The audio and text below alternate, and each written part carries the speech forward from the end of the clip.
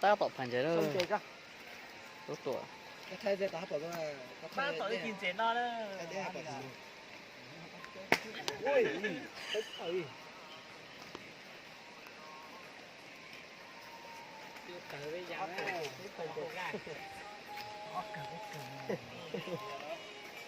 ôi chỉ biết tiền tao cửa họ lúc cửa vừa muốn chặt hết chút đã làm mổ chứ sao này còn thứ đó chỉ họ gia vị đó chia từ nó à ba phải chế tuộ tuộ chỉ cho nó cái rồi để mấy cái to rất là được ạ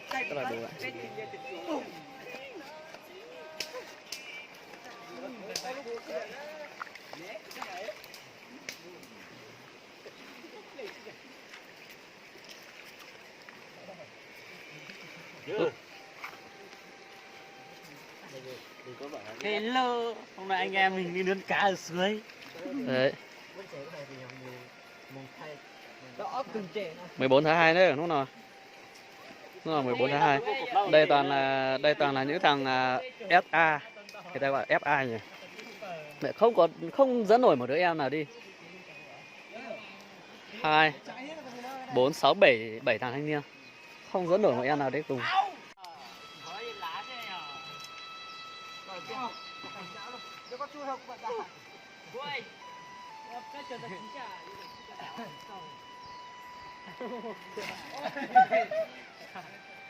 Yes, yeah.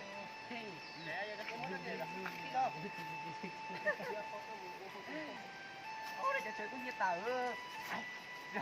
Chơi mấy cái tàu này quá. Chơi nó đấy à? Chơi sao mà hú thôi, cháu sợ mình mờ. Chơi cho mấy luôn à?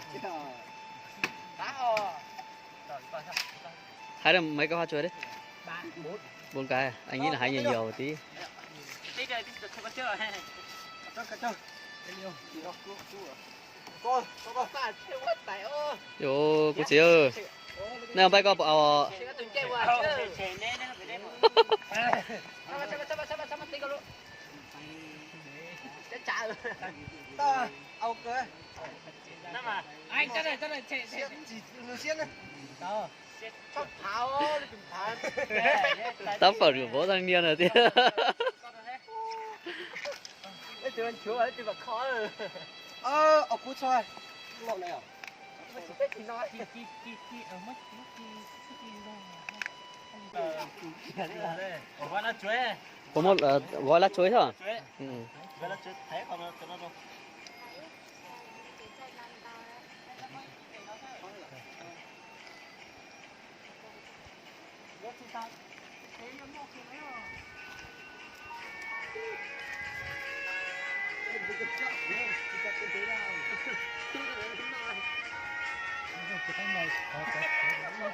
bây giờ phải nó chết thôi nó xích giấy bắt chớ nó bắt chết gì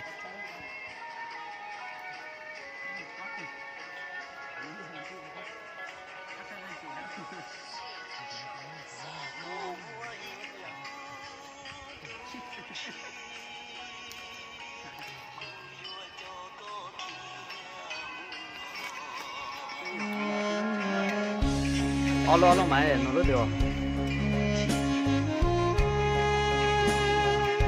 nhà lưới à wow rồi vậy sao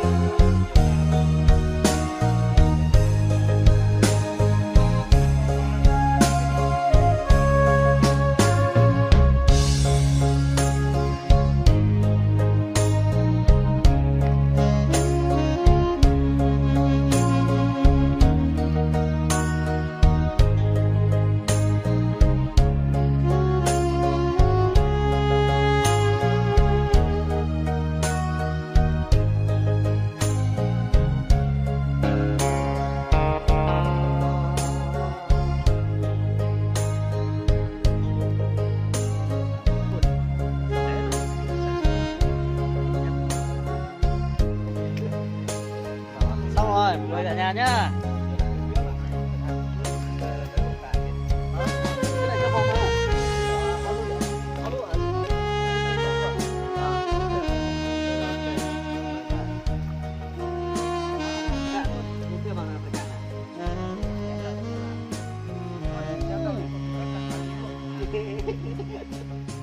Như thế này thì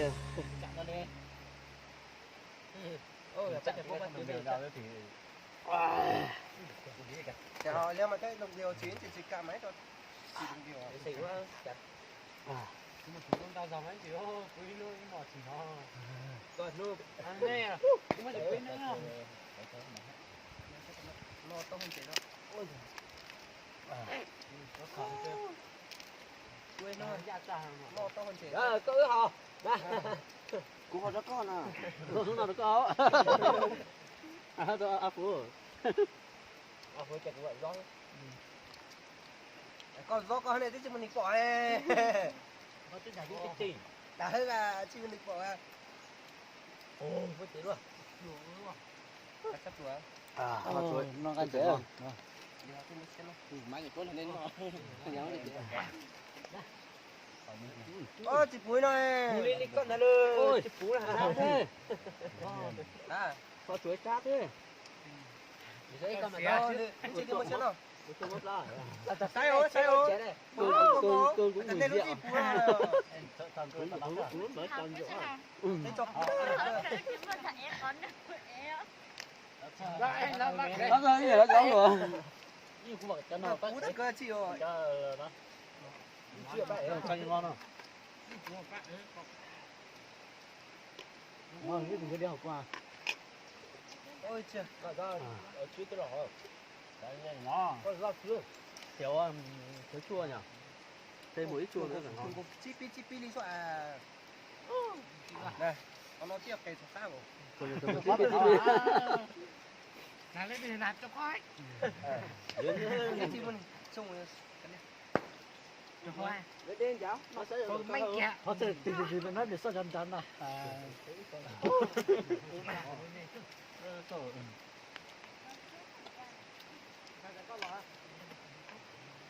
Học vừa ơ. Cái sữa giờ tới giờ Ăn rồi, chấm mông à. Chả Phú à. Chấm mông à.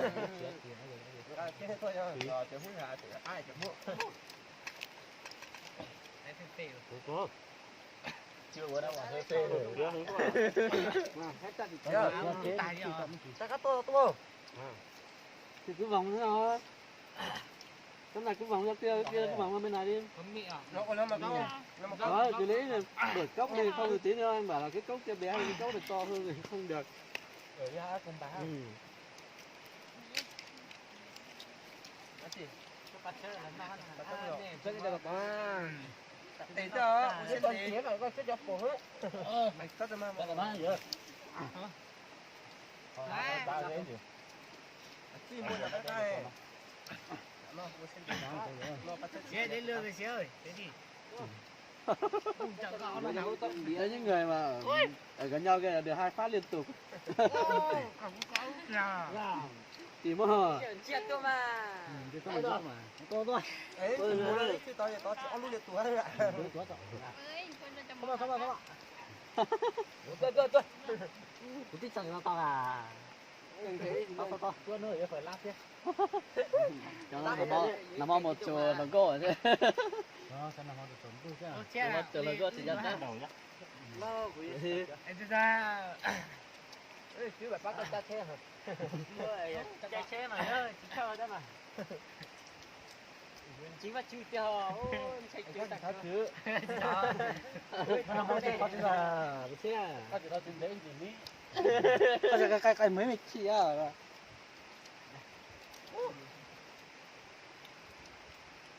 Mày rồi. Nhớ mình chưa? Cái này Cái đồ của to luôn là liền. Ngon quá luôn đâu. Đến tối luôn. Ôi, lúc nào đây thì liệp bút trời chứ gì hả? Trời, giàu luôn nó lôi con nó bút gió bút tiêu. nữa ra nó đàn to. Ó luôn 247 giờ tải ra. Rõ lụy hơn. Đi ra. Chúng nó lo. Ó gì mà xử lý lụa bởi ta tôi.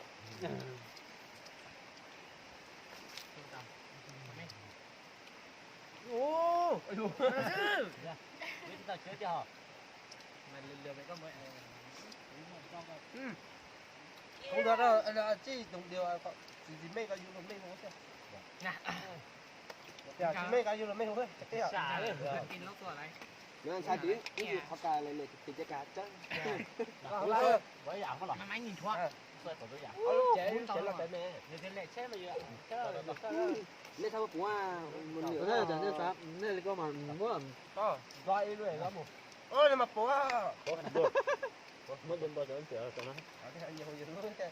Mới cho tôi vào đây. Mua nó ta bây giờ. Dùng một quá, thì xin nó. Mua cam mô nè. Thành đã uống mua sao? mua cá mò chứ chỉ Bỏ cho tôi. chỉ cho xíu. Nó tìm đồ đó.